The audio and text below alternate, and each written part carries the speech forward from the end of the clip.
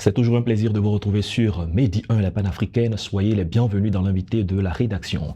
Selon l'OCDE, dans un rapport de 2007 sur la protection radiologique, les principes de radioprotection ont été initialement établis par des radiologues et des chercheurs dans le domaine afin de se protéger eux-mêmes des effets nocifs des rayonnements apparus au début du XXe siècle. Avec le temps et les évolutions des utilisations des rayonnements et des appareils produisant ces rayonnements, ces principes ont dû intégrer la nécessité de protéger les patients, les travailleurs et finalement le public.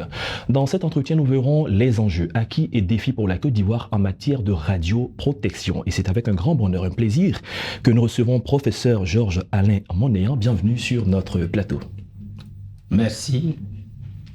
Alors professeur, vous êtes directeur général de l'autorité de radioprotection, de sûreté et de sécurité nucléaire, en abrégé ARSN. Alors nous avons dit tout à l'heure radioprotection associée également à ce qu'on appelle la sûreté, la sécurité nucléaire.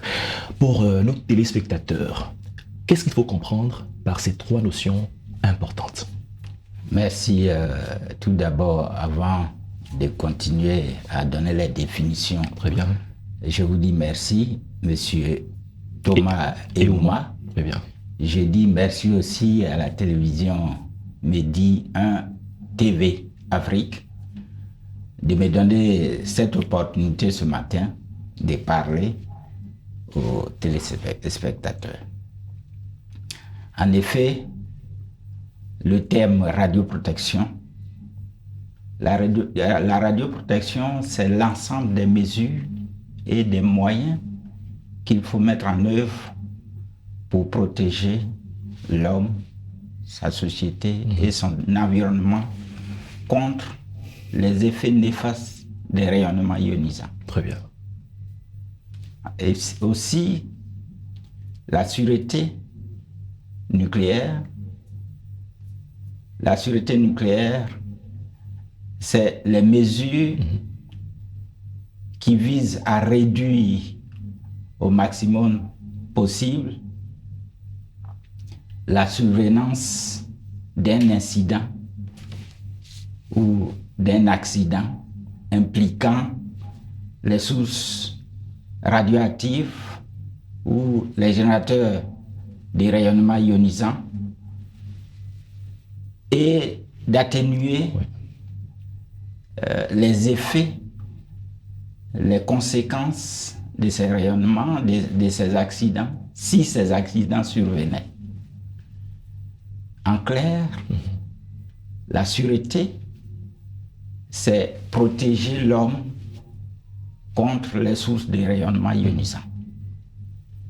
Maintenant, la sécurité, c'est les mesures qui visent la prévention, Très bien.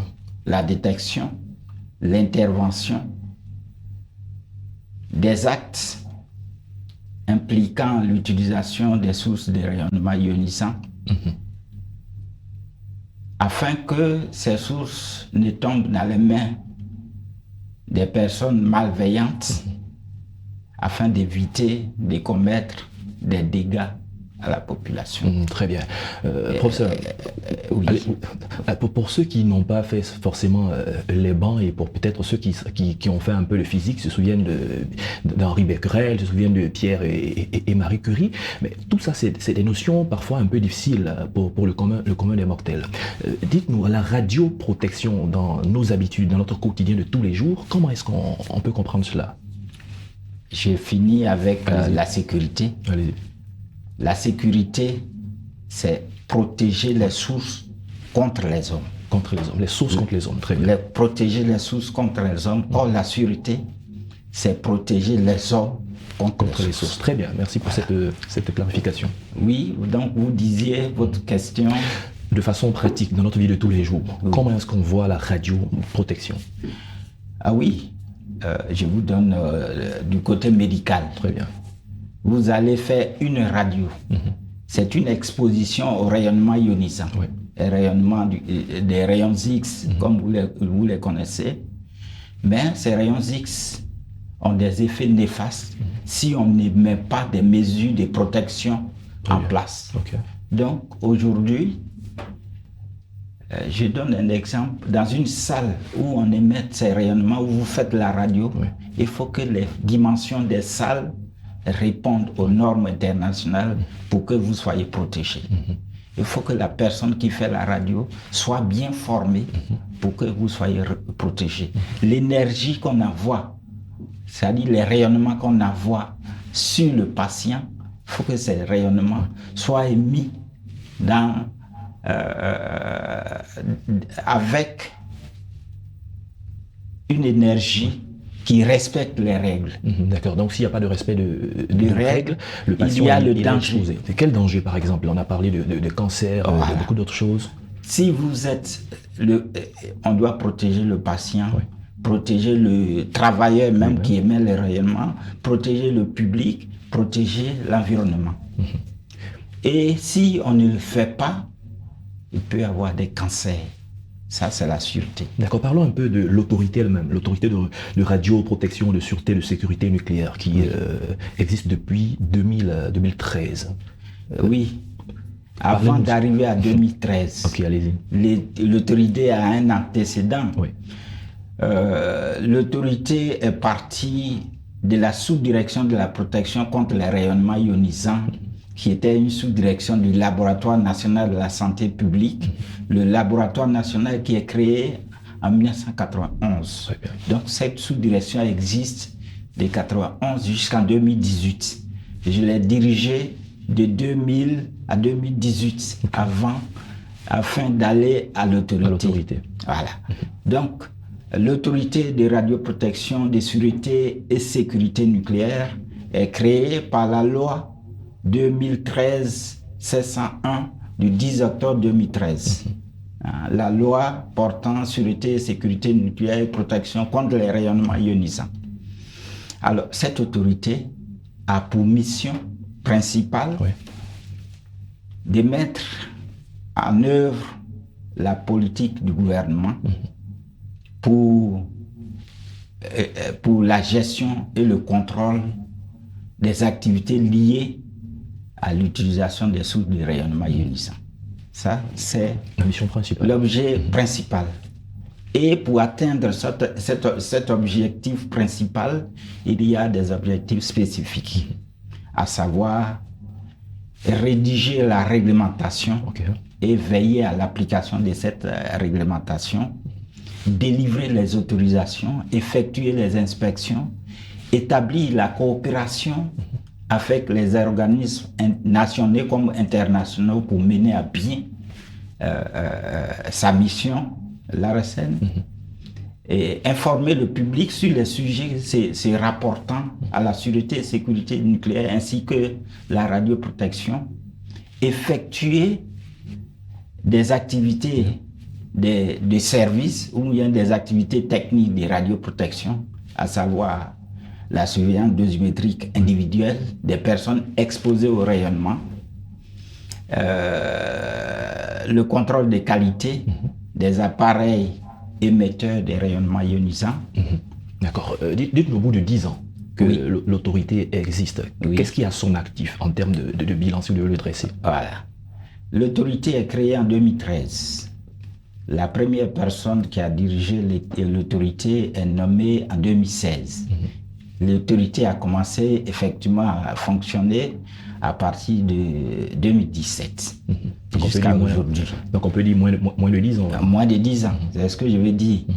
Mais depuis là, on délivre des autorisations en moyenne 160 autorisations par an.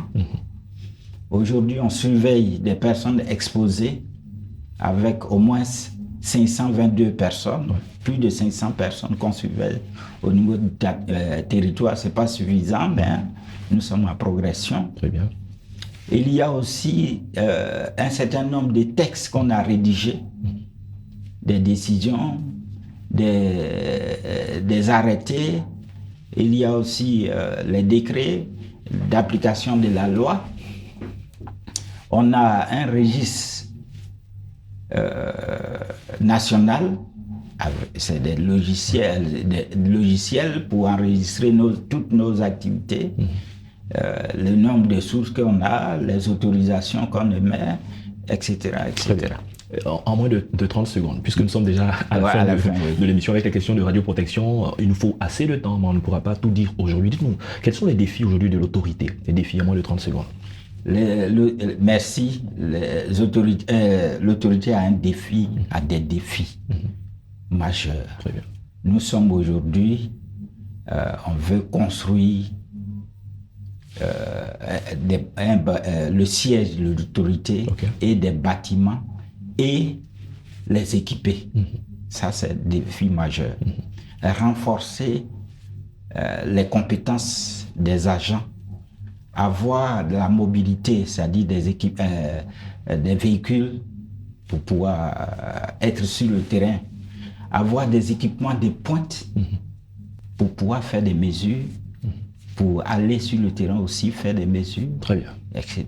Mais je profite pour dire merci au ministre de la Santé qui ne ménage aucun effort pour nous appuyer à tout moment. À tout moment. Voilà, quand on le sollicite. C'est pour nous également l'occasion de vous dire merci d'être passé sur notre plateau. Je rappelle que vous êtes professeur Georges Alain Monnéan, vous êtes le directeur général de l'autorité de radioprotection, de sûreté et de sécurité nucléaire. Avec vous, nous avons parlé de la radioprotection, les acquis et défis pour la Côte d'Ivoire. Merci d'être passé sur notre plateau. Merci, c'est moi qui vous dis merci. C'est la fin de cette émission. Merci à tous de l'avoir suivi. Bonne suite de nos programmes sur Média.